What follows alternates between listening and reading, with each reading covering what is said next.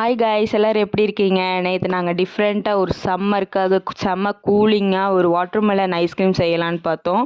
நாங்கள் வீடியோவில் பார்த்துட்டு இருந்தோம் அதை எப்படி பண்ணணும்னு. அப்போ அந்த வீடியோவில் சொன்னாங்க கீழே லைட்டாக கட் பண்ணி எடுத்துக்கோங்க, அப்போ நீங்கள் ஃப்ரீசரில் வச்சா அது கமந்து விழுகாதுன்னு.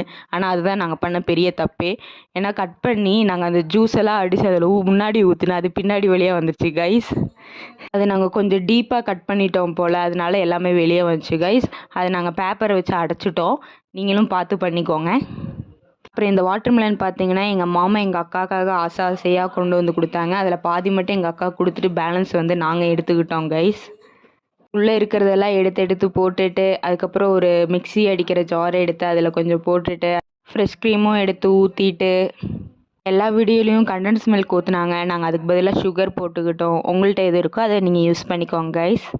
அப்புறம் எங்கள் வீட்டில் ரொம்ப நாளாகவே காற்று கடந்த ஒரு மில்க் பவுடர் இருந்துச்சு, அதை எடுத்து கொஞ்சம் போட்டுக்கிட்டோம் கைஸ். இது எந்த வீடியோலையும் போடல, நாங்கள் கொஞ்சம் டிஃப்ரெண்ட்டாக ட்ரை பண்ணோம் கைஸ். அதுக்கப்புறம் அதை மிக்சியில் போட்டுட்டு நல்லா அரைச்சி திரும்பி எந்த வாட்டர்மெலன் எடுத்தோமே அந்த வாட்டர்மெலன்லேயே ஊற்றிட்டோம் கைஸ். அதை நல்லா ஃபில்ட்ரு பண்ணி எடுத்து நல்லா ஊற்றிட்டோம் கைஸ்.